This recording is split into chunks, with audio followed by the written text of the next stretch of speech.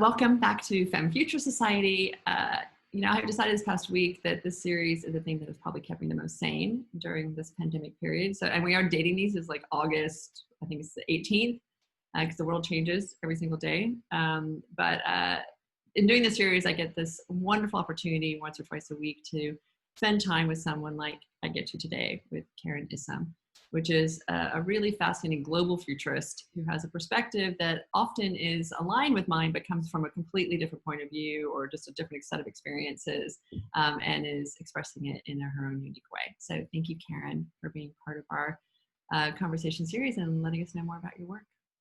Thank you for inviting me. Where are you videoing from? I'm currently in some kind of paradisic part of Sweden, and I'll be here for a couple of more days. And Sweden is where I'm originally from, but I'm heading now.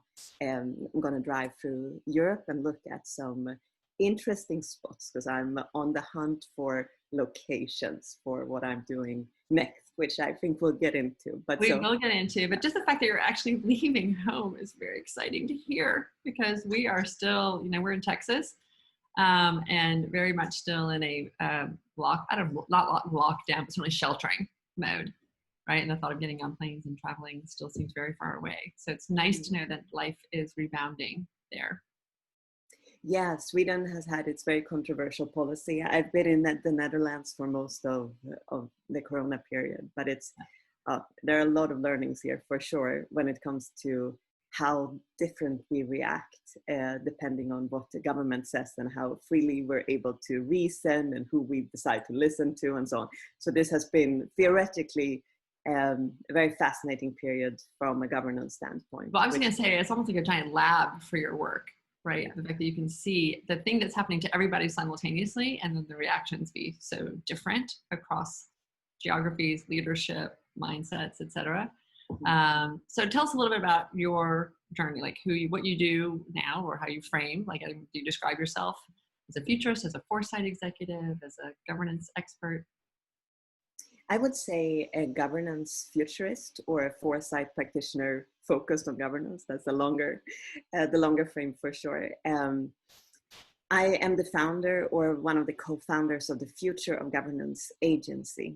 And that is an agency in terms of communication agency and communication, both when it comes to lobbying and when it comes to more mass communication, that looks at, okay, what is governance? I think that's where we usually need to start, because that's not the word that most people have an active relationship to, but we certainly have an active relationship to the consequences of the governance in the region where we reside.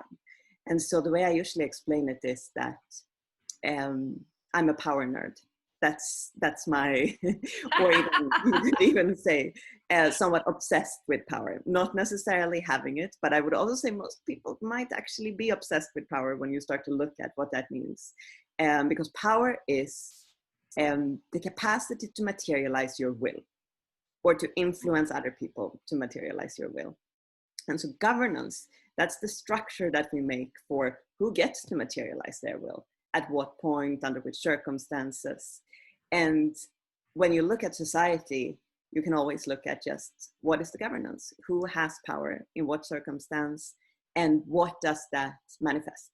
The world looks like it does right now because of how we have organized who gets to influence whom, and what influence looks like. And so that's the lens that I go at, looking at the current world and the possible future world. I think it's very important to look at the plausible future worlds, the worlds that are better than we can imagine, but also, of course, in a very risk-averse sense, what are the scenarios that we really want to avoid, which of course goes back to what you value. But say that you value something that resembles justice, or something that resembles our current understanding of human rights, then you whatever you're trying to really solve, you end up looking at governance, whether you're actively thinking about it like that or not. So my journey to get there is, I think I've always been interested in power structures. But I went, I think I started like many people do. You start where you are standing, so to speak, and you start digging there. So I started with problems that were like concerned me, or that I had an emotional relationship to, which was a lot in the sphere around gender and sexuality and things like that. And of course, if you want to change something, you need power. And there is power in numbers. There's power in organized people, organized capital, organized data. So I was for a long time in that space as a community organizer and things like that. And also that work made me, I think, understand a lot when it comes to how to interact with people, because it's something that people have such strong feelings about, even though it's something private rather than what top level or global governance or national governance is, which is not necessarily something people feel strongly about, but that definitely impacts us. So it's like I've gone from an issue that people have a strong emotional reaction to, but that perhaps doesn't actually impact their lives, how other people choose to live or identify. And now I'm working at the other end of something where few people even think about the way laws are constituted and so on, but those are the things that actually impact our lives. Well, those are actually constructs, right? That those are things can be framed and redesigned, which I think is the majority take, just assume that that's just how it is. That's how it's always been. And it's been actually really interesting as I spend more time in the far future and thinking about what is plausible and what is even ideal. Like, what am I trying to advocate for? Like, I do not come at this unbiased. I come at this with a perspective of what I do want to see happen in the world, not just as an observer, but as a champion for it. But I spent more time in history, really understanding how things have gotten shaped to the place where we are currently. And I'm finding that part really fascinating. I've never been probably as well-versed or literate in history, and I have a long way to go. But I'm finding that there really is a trajectory, right? So when you think about when you, like your work and like how far back you look to where we are now, are we in this unusually paradigm shifting moment, or is it just part of the path that we would normally be on as society? Like, does it have these sort of more jaggedy moments? Absolutely. I mean, ecologically, what we do the coming 40 years dictates the next 10,000 years. And I would say the trajectory and our relationship to AI and artificial general intelligence specifically is an even shorter window that will determine the future of our species. So it's a lot to bear on the shoulders of the people alive right now, but it's also this amazing opportunity to shape what will come.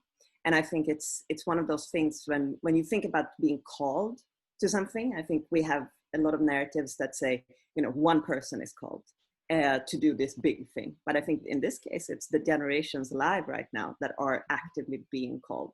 There is no like sitting in the back seat at this moment. So I was literally just exchanging a text with another woman who had been part of this series about that she finally took, since March, she's not taking the day off because she is so focused right now on the immediate future and helping people prepare for the uncertainty that they're facing at this moment. And the call to be able to help people better prepare just feels so extraordinary that she is starting to burn out a little bit. And she just finally gave herself 3 or 4 days to take a deep breath and figure out where she wants to relocate to and where she wants to continue doing this work. But there is really, I gave a talk years and years ago that talked about inviting more people into the arena, because I'm like, the people who are in it are getting tired. Like, we need more reinforcements, like we need more people in the work. Because I do think it's an extraordinary moment. And because I think, to your point, it can sort of split across lots of different narratives or potentialities, however you want to describe that. I think there was something I read that you had described where, billionaires don't ask for permission. They just see an opportunity and they go for it. And I think that the people who are looking for a potentially more equitable future have that same permission / agency / mandate, right, to jump in and start doing this. So what do you think stops people from thinking that they have power? For one, that they don't.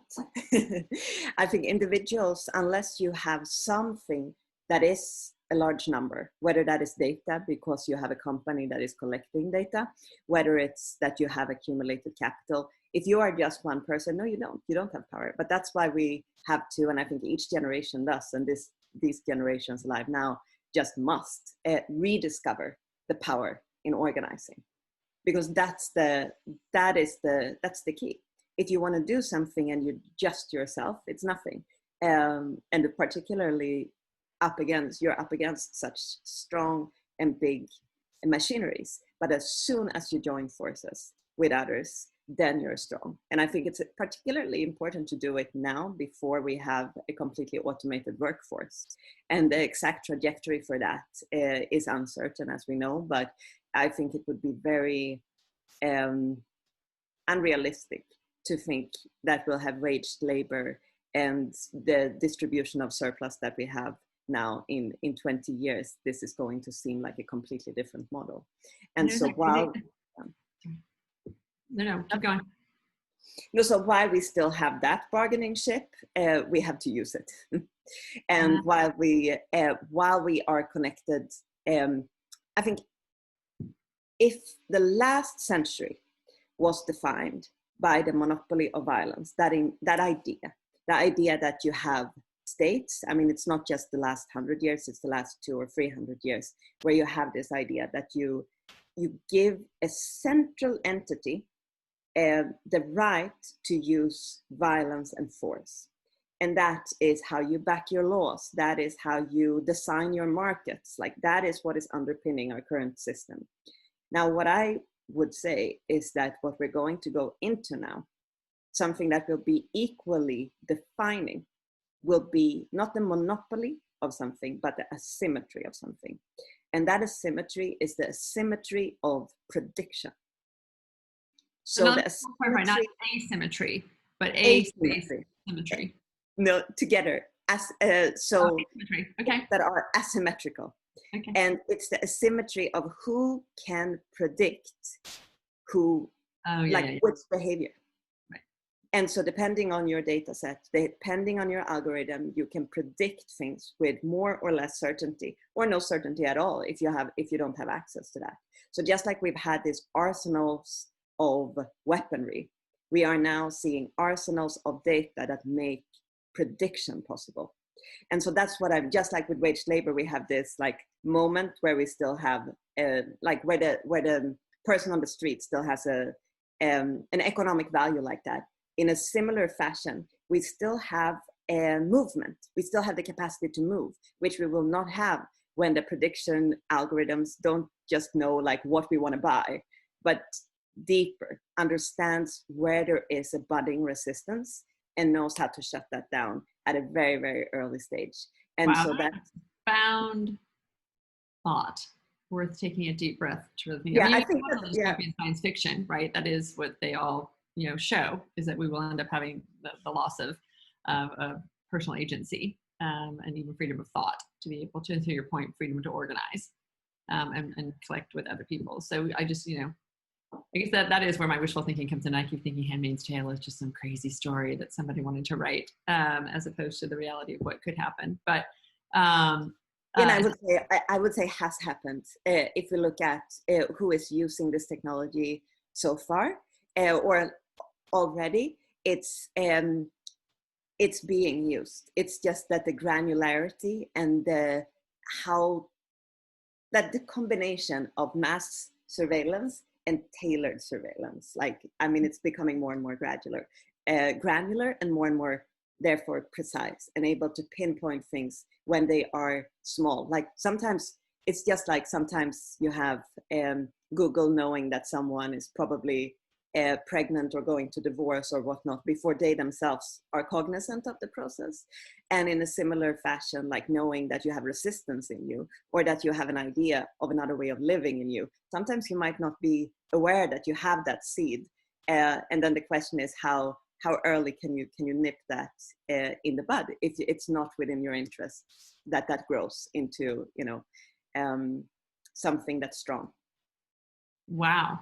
All right. So again, I'm like, because again, so much of your work I'm familiar with in my own world, but I haven't really thought about it quite from this moment in time that we're in at this minute. Just as a quick anecdotal story, but there were a few years ago where we were at South by Southwest, and there's a whole exhibition hall. And my teenage son, one of my boys, and I ran into a very lead futurist named Doug Lennett that I was doing some work with at the time, called And Doug used to actually love roaming the exhibition area more than he liked hearing any of the panels, because he felt like this was where the rubber really met the road. This is where people were really building things as opposed to just talking about them. And he looked at my son and he goes, "Enjoy your freedom while you can. It's not going to last long." And I just remember thinking, what a dreadful thing to tell a kid. But it's not, again, conceptually we understand that. I don't think that real life wise, I think I fully thought that this is the moment that we still have the freedom to go do these things and the urgency with which it is to go do these things, right? And so you've talked about in previous work that I was listening to or reading about, historically we've protested. That has been the means of being able to express displeasure and to your point, have leverage around how to change some of the governance structures around us. And we've moved into a place where that's interesting. We say we have no power, because I would argue in the meme world, as you say, right, or in the social media world, that there is sort of a different kind of distributed power in which we are not necessarily marching on the streets, but now I can go to anybody globally and find people who share my way of thinking, right? So are we really powerless, or is power just shifted? I would not say that it has shifted. And I would say that we are powerless as individuals, but as soon as we team together, which we have better tools to do now than ever, then we're not powerless at all. And so I think it's like I would not second his very dark or gloomy opinion. I have a very light outlook on where we can go. It's just a matter of grabbing it. And grabbing it, not out of the sense of desperation, because I don't think that people are at their best when they're desperate. I think we're at our best when we start to think about who to trust. And I think that this is extremely useful as a filter when we're looking at the news, because the news can get anyone bogged down or like desensitized or discouraged, depressed, all the D words at the same time right now. It can be really difficult to process. But if you think about it with the filter of what am I seeing here regarding what is worthy of my trust or not, it can become a much more constructive process. So if you're looking at, for example, what is happening in Lebanon right now, if you look at the Beirut explosion and you see, like, you don't have to know the entire history of Lebanon. What you need to know is that you have a central system that is supposed to take care of the people. And it doesn't matter if it's a dictatorship, a democracy, that's the role of the government. It's supposed to protect its citizens. And then you see, as soon as you have a central system, you'll have a central possible point of failure. And so what are you seeing? You're seeing a failure. What are you seeing in the US? You're seeing a failure. What are you seeing every time you're hearing it? You're seeing, maybe this is not how we should extend our trust. So if this is not how we should extend our trust, what's the alternative? And the alternative is trust. Look, then again, look at the news again. So what is happening in Lebanon? Well, you have people that are coming from a lot of other regions, as well as this very divided region, who are like picking up literally and figuratively the trash and the rubble and the destruction, and they're doing it together. And this is, if you want the buzzword to search for, it's peer-to-peer, P2P, people to people, person to person, peer-to-peer. Trusting your neighbors. And I say this as a Swede, we never know our neighbors. We're very isolated people, but this is the lens, like who is worthy of your trust? And have we just extended our trust to centralized systems because we forgot the fragility of that, or we didn't think about it? Because when we're born into a system that runs like that, and we're lucky enough to experience a period where it works, that's a really nice, effective, efficient thing. But at this point, I think if we start, because many of us are self-motivated, we're motivated by self-interest or by the interest to protect those that we care about. Again, it's protecting our peers. And I think that's when the question gets really interesting. Okay, so if this is not trustworthy, who do I trust? And the question doesn't have to be, then I'm going to trust another president, or I'm going to trust another. It can be, maybe I'm going to trust the people that I know well, and they don't have to be very close in my proximity, but I'm going to really be careful with my trust so that I extend it to people who deserve it.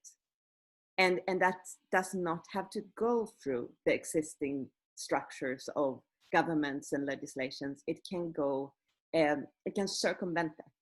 And I think that is what we are going to discover. And that is a very hopeful journey of discovery. There is a book out fairly recently in English that's called Humankind by Rutger Bregman, which talks about, going back to your interest in history, just the fact that maybe actually trusting our peers isn't the risky value proposition that it's been sold to us as. Maybe we're actually thinking through risk. Exactly.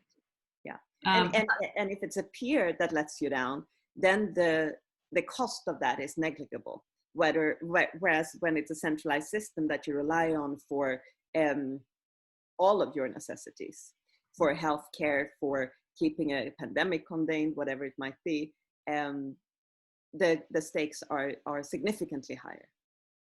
Well, and theoretically, if a peer lets you down, there's also the corrective measures in the system, yes. Right?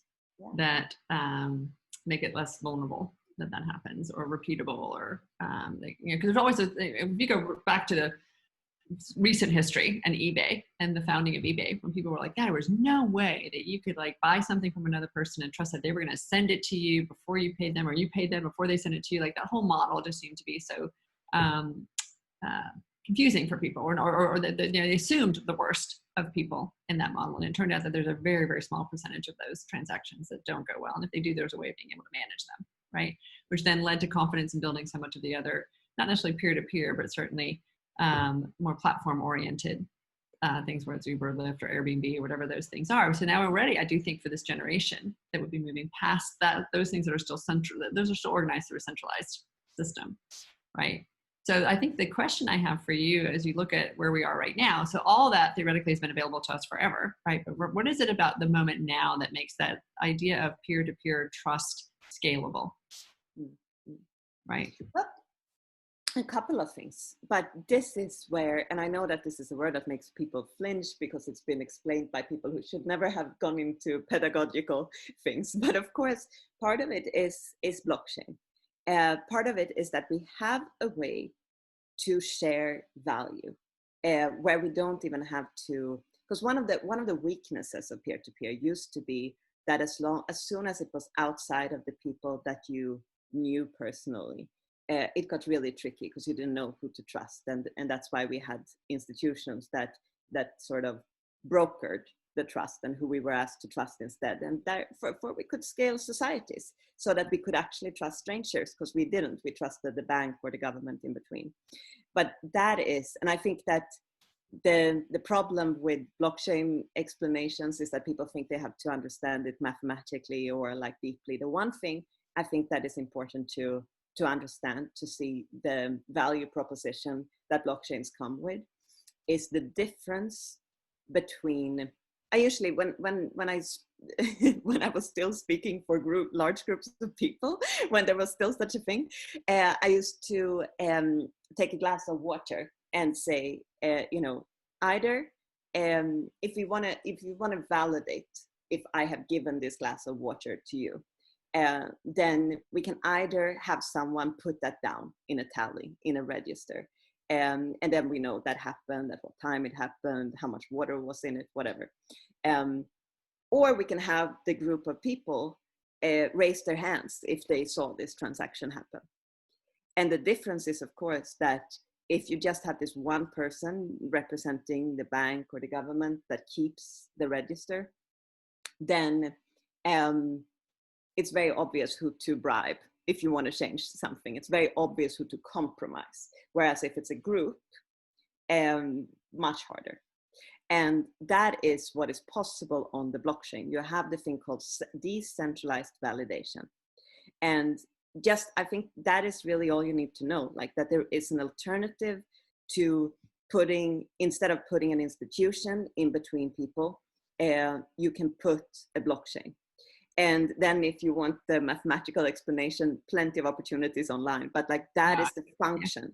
That's the function. So just as interesting, but where you have found the solution in blockchain, I have found hope in holochain, which is built from a very, very different construct and not with the same sense of consensus, right? So the idea, rather than everyone in the room having witnessed that, there is still a peer-to-peer agent-centric way in which I can do it, but it is not relying on a central authority. It's just sort of this double accounting thing that makes it sure that I can't be sort of charged twice, but I can decide with whom I want that information to be shared and how broadly. So it's built really differently and corrects for theoretically what I understand. I don't understand blockchain to the, any extent that you do, but it does run into bottlenecks in terms of its, because it runs through that whole consensus piece, right? And everyone's involved in this. It becomes expensive. It becomes a bit more time consuming. It is actually less scalable than we might need things to be able to be on a more microtransaction basis. So when you think about blockchain, is it specifically that thing, or is it sort of any other way in which we're, in a more distributed way, thinking about how we build this idea of scalable trust? Yeah. So the register as an invention, I think that's one of the most important. It is one of the most important inventions that humans have ever done. It's the first thing that was ever written that we have found, at least as a species, was not this like epic, beautiful poem. It was a register of who owns what. Very, very, but that's how dependent, that's how much we like registers. And then we gave them to this, and whoever got to keep it got very powerful, as it is currently in our system too. And now there is another way of doing that. And to me, it doesn't really matter that much whether it's a permission chain or if it's an open chain. It's important, but the big deal is that, like, thousands of years we had this one idea of the register. Now we have a new idea how to keep that register in a distributed way. That's the important part. Right. And, yes. And so as you're saying, so back to your conversation about the technology, right? We always do get really bogged down in how this thing is actually built and the cryptographic, science behind it. And the way I often describe it is, if you lift beyond that, like I still don't know how planes fly, right? My oldest son is an aerospace engineer, has tried many times to explain it to me. Don't really care. But I understand the value of being able to get on a plane and get from here to there faster. I understand the infrastructure that would be needed in order for us all to be able to coordinate that. And I understand the value that could be created when all of us are able to get from here to there faster and exchange goods in that way, right? So for me, what's actually most interesting for people to understand in any way, which I've started calling it more distributed internet than I do necessarily blockchain or holochain or even peer-to-peer networks. I just am trying to get this idea that there would be a way of being able to distribute information and create value, exchange, coordinate, whatever those words are, in this alternative way that doesn't go through a centralized system. And when you imagine what is possible then in being able to create a peer-to-peer energy exchange network, or what happens in supply chain with food or anything else, or just the uses outside of what people usually think of in terms of a currency or a coin or a token, right? That's a part that starts, we're just starting to create good language around that. That's why I think, again, I'm really excited. We'll shift now actually to your book, because what I think is so phenomenal about the book that you've been working on and now are just finishing up and tightening up is because we need translators for this, right? The people who do really understand the way things are built are out there doing it, whether it is for benevolent reasons or for controlling reasons, whatever it is, they're out there doing it. But I do think there are a lot of us who do get intimidated by some of these new paradigms. We feel like we don't fully understand them. And so to have someone who helps not just even understand like what blockchain is or holochain or any of that is, but also to understand that it's inside this thing called governance, right? It's inside this bigger conversation. So do you want to talk about your book? Sure. The very humbly titled book, How to Rule a World. Yeah. And I was laughing. I'm like, I'm going to go talk to the woman today who knows how to rule a world. Yeah, but I think that exactly what you described there, this sort of feeling intimidated, is something that I thought was perhaps, in a certain group, in a social class, I thought that there would be a group in society that felt they really knew what was going on. And it was really shocking to me as I started to sort of move through institutions, move into the classical hallways of power, to see, oh my God, everywhere people are intimidated. Everywhere people are confused. Everywhere people do not have the knowledge that you would hope that they have. And that's because of many things. One of them is that knowledge is very siloed, whereas we have an obviously cross-disciplinary world. It's like that the definition of the world is that it's interconnected, and that's not the way we do knowledge at all.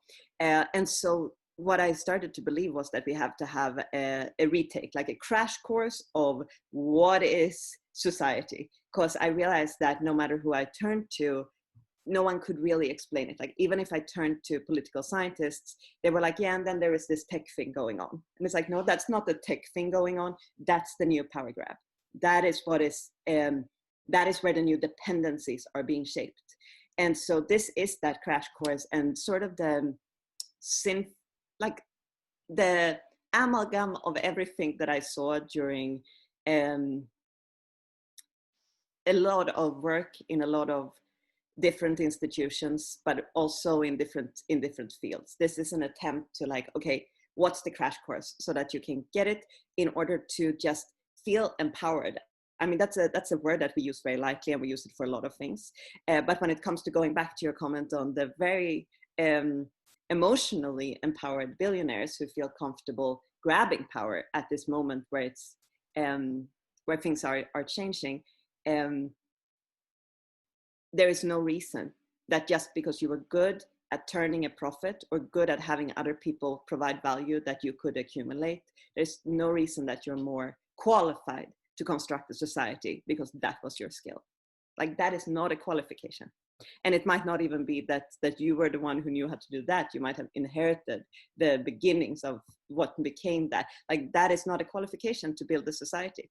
And so the only people that are qualified to build societies are the people who are going to have to live in them.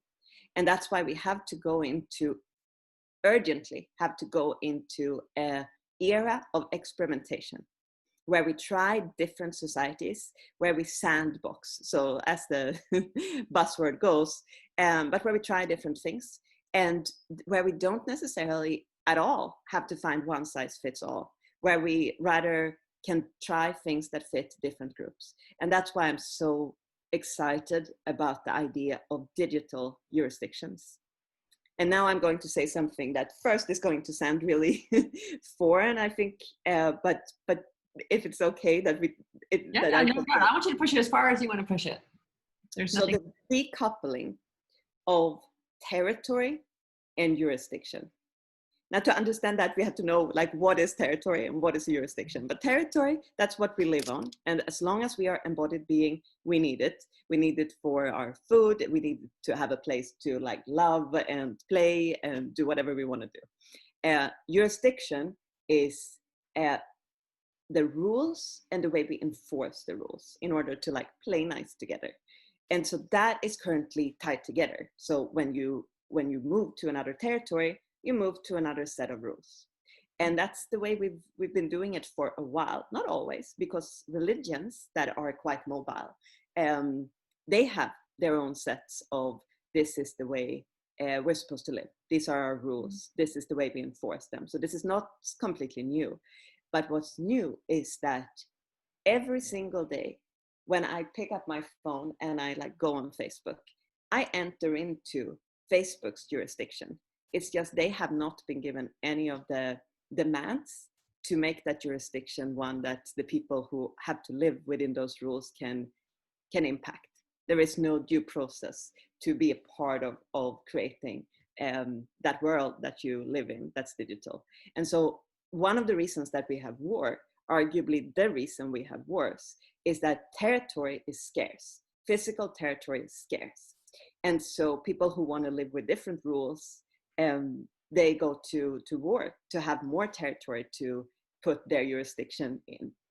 And in a digital realm, as we know, which is part of the wonder, it's not scarce.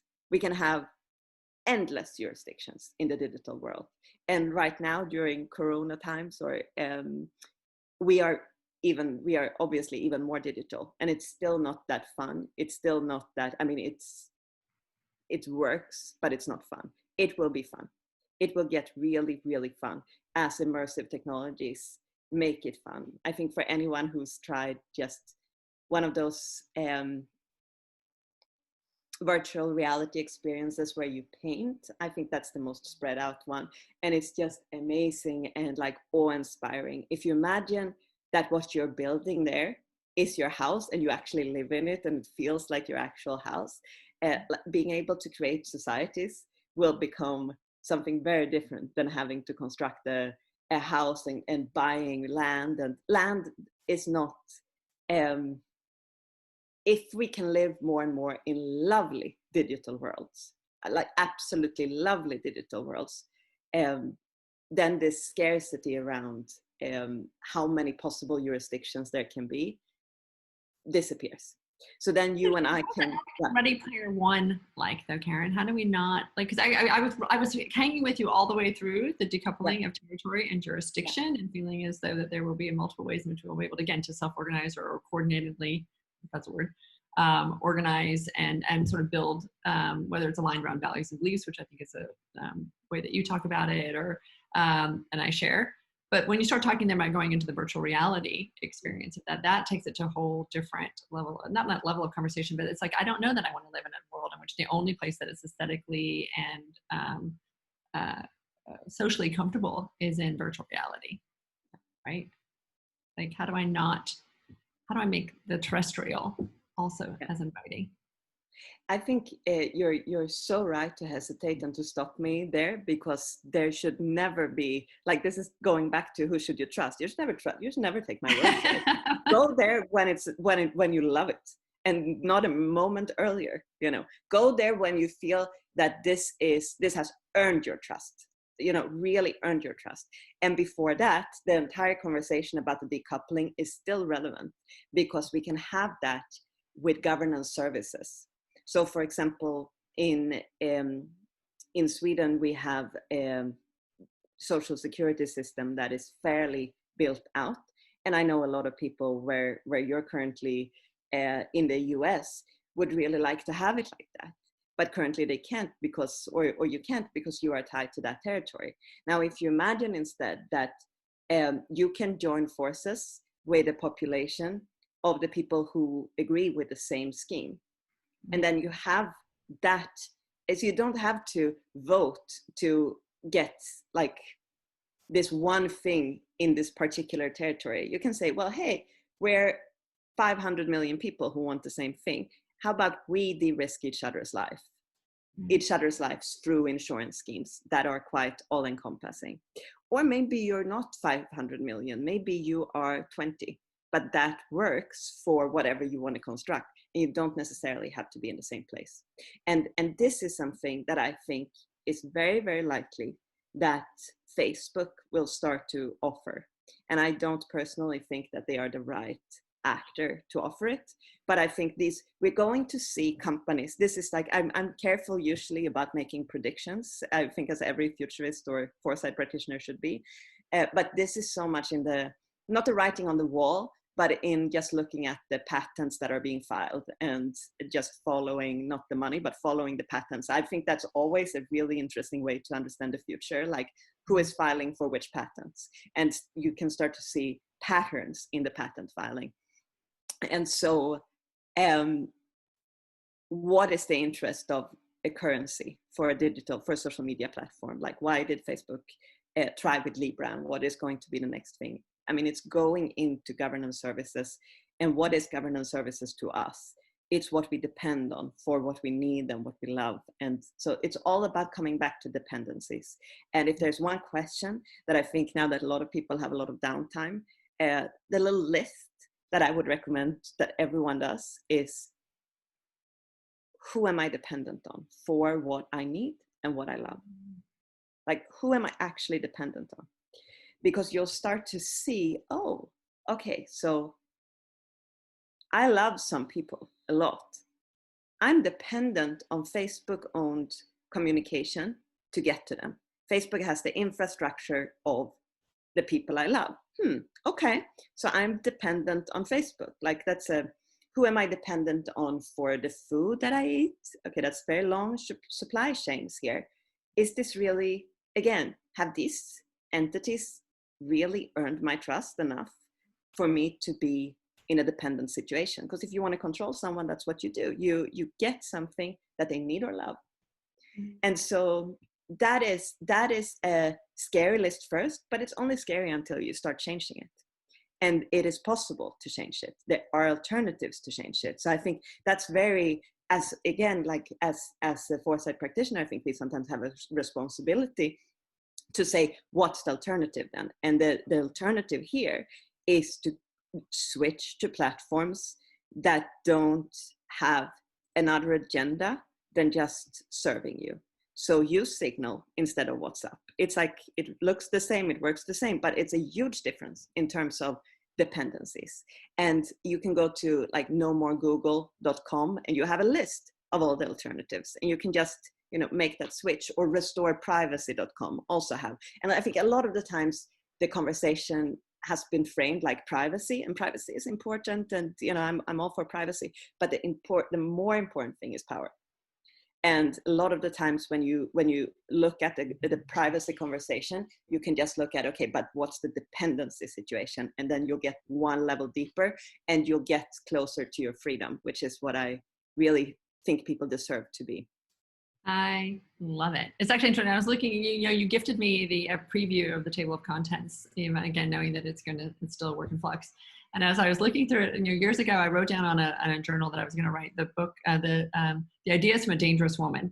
There was going to be all these heretical ideas about the future of marriage and the future of money and the future of education, the future of all these things that we're going to question every single paradigm. And I'm looking through your table of contents, going, oh my gosh, she's got so much of this already here. You're laying the groundwork, right, for what can be this really much more expansive way of thinking about so many of these things that we hold as givens that design our lives around us, and that we get to go now and be active. Again, there was a line that was that you wrote about moving from digital residents to digital citizens, right? To being actively engaged, and whether it's again on a terrestrial level. Like I said, do you know Regen Villages? Are you familiar with there? I'm going there in a couple of days. Oh, you are. James and I have exchanged emails, but we haven't had a chance to actually connect. So where are you? Which one are you going to? The Almere one, the first one in the Netherlands. Oh my gosh, I'm very, very impressed by their work. So impressed. Yeah. If anybody's watching this, like just Google Regen Villages, James Ehrlich, and the work that he's doing. It was described recently as the Tesla of eco-villages in some article that I saw.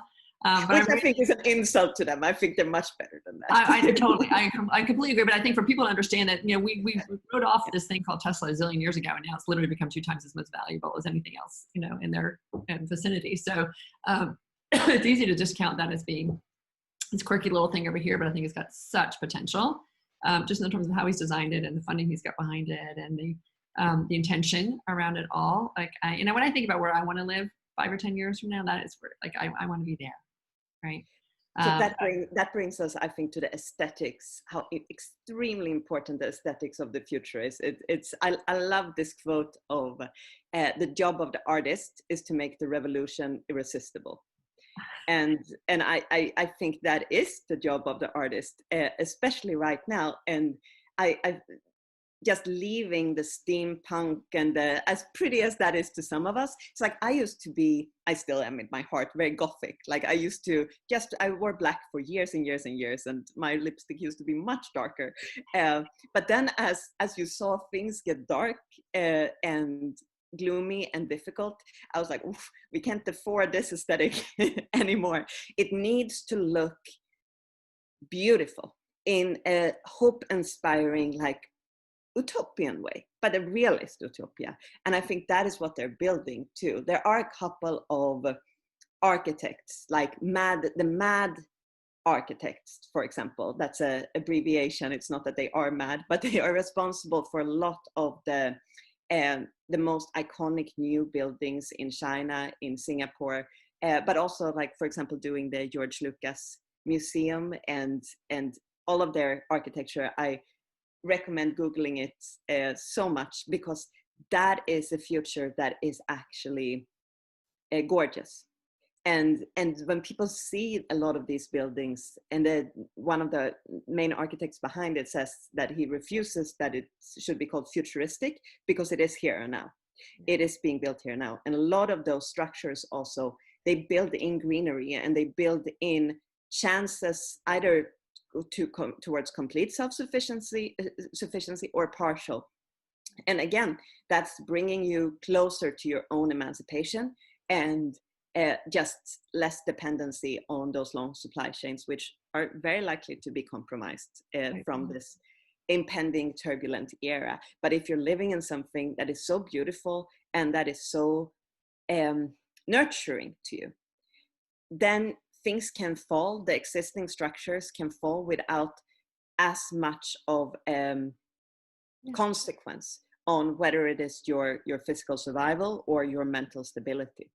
And that is, I think, like, what is the things that you can do today to be so happy in your bubble, in your connected bubble, very importantly, no homesteading, no like going off the grid, but what are the things that you can, that can sustain you, so that if you have to be quarantined for like 5 years, you would not go crazy, you would love it. No, there's like 17 things that I want to keep talking to you about all this stuff. First, so do you know James? Have you talked to him directly? We've met, spoken at the same events. Oh, okay. Yeah. If you need a connection, I'm happy to introduce you. But I'm really excited to hear how your experience goes there. So you were trying to build actually a living lab or a living experience of your design principles, right? Your governance principles. So it's not just that it's about the book or about the work that you advocate for, but you're building this thing. So how you describe that for the future governance? I think so. About a year ago, we started the Future Governance Agency, and it was very much designed as a somewhat classic think tank, but also communication tank. And the idea was, and still is, that it's like a magnet. Like if you think you have a good governance idea, you can come to us, and we are building the relationships to actually get things to the right people that can make something happen. Although I think a lot of things can start with, you don't have to ask for permission for a lot of things. A lot of things you can start yourself. But that was the core idea. But the more I just interacted with people, as much as that's been possible this year, but it runs into this idea of, oh, that's not realistic. Like we have this deficit of belief, and that is not to shame us. That is, I think, very evolutionary smart. We don't want to believe it until we see it. And so what can we then do to believe it? Well, maybe we have to build it to see it. And so because of that, we are pivoting to, and that's the reason that I'm looking at region villages, looking at other places, whether or not it makes sense to start something within an existing structure or something completely independent.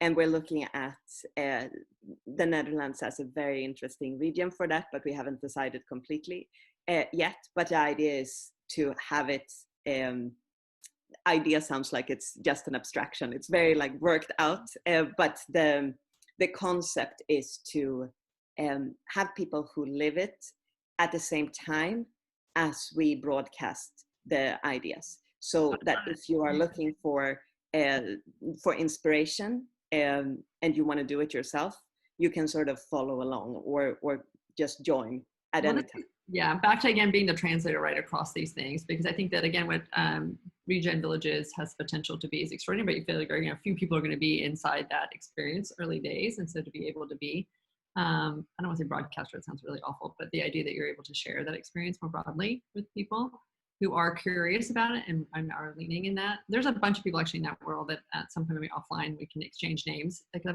again, I'm super curious. Even Arthur, who is part of Holochain and founded Meta Currency Project, he and I have been talking about building a version of that. He's been wanting to do that for a long time. So I'm fascinated by the advanced steps that you have in it, and want to learn more. So we're sort of technically out of time, but we can make as much time as we want.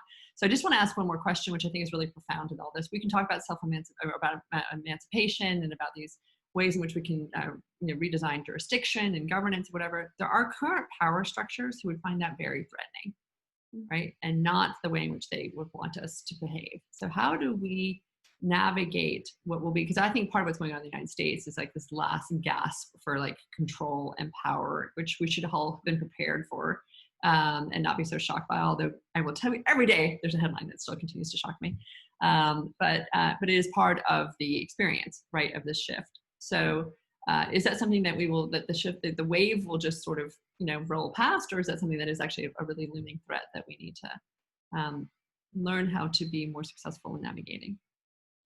The history of governance innovation is more bloody than any other stream of innovation. That's factual. People with power do not like to give it up. That's also the case. But I think that right now we are at crossroad between two things that are neither of them necessarily must be violent. And I know there are people who will say that the thing that I will now, like that the thing that I am afraid of is actually a great alternative. And then there is the thing that I think is a wonderful alternative. And that's a contentious thing, is that you have the classic Buckminster Fuller quote, the existing system makes itself obsolete. Mm-hmm. And so it's not overrun by something else. There isn't like a violent clash. It's just obsolete. And I think the actors that are moving in a way where they are making existing structures obsolete is Facebook and Amazon and Google, and in different ways, but also in similar ways. And it has to do with grabbing the things that we depend on. So again, going back to patents and like what companies are doing, you have Amazon that is filing and has gotten approved patents that enable them to make delivery of so many products, which is such a big part of us when we act like consumers. If we're consumers, we depend on whoever gives us our goods, and their systems of tunnels, of airships, all these things that they're exploring, make them very independent of existing systems. So it's not going through highways or airports even, or railway stations. It's having a system of their own. So there is that, and the same thing with Google being more and more efficient at getting themselves into different smart city projects and providing expertise, but of course, like also getting such a headway in both terms of data collection and understanding how these cities can be built. And if they position themselves and as the Internet of Things provider, I think we'll see again, there will be so much asymmetry of prediction that they, again, just circumvent existing structures by having something that is more effective than violence. So there is that route. And then we have the other route, which could be complementary, or it could be the only route, because I think it's the only route we actually would need. And that is the sort of solar punk vision of self-sufficiency, where we are sharing like commons, peer-to-peer sharing, and where we have the convenience of data that is being collected and so on, but we don't have it in a way that undermines our own agency. And that's the crossroad where we are. And I think if we want that model where we are not controlled, however convenient it might feel to begin with, if we want that situation, there is a great thought experiment. I sometimes call it like the Disney villain test, which is that if you have a benevolent dictator, and that's super benevolent and it's all good, what happens the moment if that entity wakes up one moment and becomes Disney villain evil, like that kind of evil? Is there a way to escape? And if we go with that first alternative, there isn't. Whereas if we go with a peer-to-peer, commons, open platform, open cooperativism, I'm saying all the words just so that people can Google if they want to know. But then the answer is we don't even have that benevolent dictator to begin with. We have each other, and that turns out to be enough. Much more reliable. Yeah. Are you still there? Yeah. Okay, sorry for a second. Totally agree. And the only thing I would add to that I think is part of that that cocktail or that moment that we're in is I do think we have a generation that is certainly questioning so much more of the structures around them, and have been almost like groomed, at least in the West, in the United States, to be outspoken advocates right now of systems that need to change. And so hopefully that helps carry some of this through. So last thing I'll say, so what are you most hopeful about? So I'm really hopeful about this. Like the whole world that you describe in here is what I'm really hopeful about. So if you had to summarize in a sentence what you're most worried about and then what you're most hopeful about. I'm most worried about the exchange of convenience for power. because that's how we got to the place we're in right now. Convenience was the tool. Oh, it's so nice when Google just tells me where I am. And it's so nice, like short-term convenience. So I'm concerned about convenience as not presenting itself as the power tool that it is, and that we don't react to it. Right. Yeah. And I am hopeful about how difficult people are finding it to process what is happening in the world, because that is the seed to be like, so what else? Because I'm hopeful about the distrust, because I think it's overdue. So I'm hopeful about the distrust. Fabulous. Well, again, I can't thank you enough. We always say that we want to go and like have a retreat with all these amazing people and be able to continue these conversations. Someday, maybe that'll be on our list of things that we figure out how to do. Not just via Zoom, we can do it via Zoom, but I like really want to sit down and have a glass of wine or tea and continue. But thank you for sharing your thoughts so generously, Carin. I do hope, we'll push this out in many ways. I think this is such an important conversation for people to start to wrap their head around. And when your book is out in the beginning of next year, is that where you're? Yeah, it's a Corona timeline kind of thing, because we really want to do the possibility of people to meet up and talk about it and do power work together. So we're sort of holding out for that a little. Well, either way, I mean, the timing will be what the timing will be. And then I also love the way that because this is a struggle I had with mine, which is that you're building a static artifact in a dynamic world. And so you've already planned for the dynamic continuation of the thinking and the collaboration into it. So I'm excited to be part of it. I'm so grateful to have discovered you, and we'll continue to cheer you on. Thank you. Thank you so much. This was so lovely. Lovely to meet you and to meet you both. And just let me know if there is something also, like if you want names of futurists in other parts of the world or whatever I might be able to do. I'd love to help in any way. I know. Well, again, like I say, the society is sort of everybody who is curious about these conversations, right? There's not a single narrative around them. And so anyone who wants to contribute to them, and names are always great, because even if we don't have time to interview everyone, just having them be visible on the site, because people can go and then discover it. Now we always hear again, well, I can't find enough women. I'm like, we are building quite the data, extraordinary women thinking, and as global as possible. I go to a lot of what you've said before and other work about the importance of extending this conversation way more globally and way more diversely. So the more that we can add to that, the better. So I hope we get to stay in touch. For sure. And I do want to hear about how your trip goes next week. So if you want to just send me a note, I'm really For curious. sure. Think. All right. Well, we'll keep following. Thank you so much, Carin. You're the best.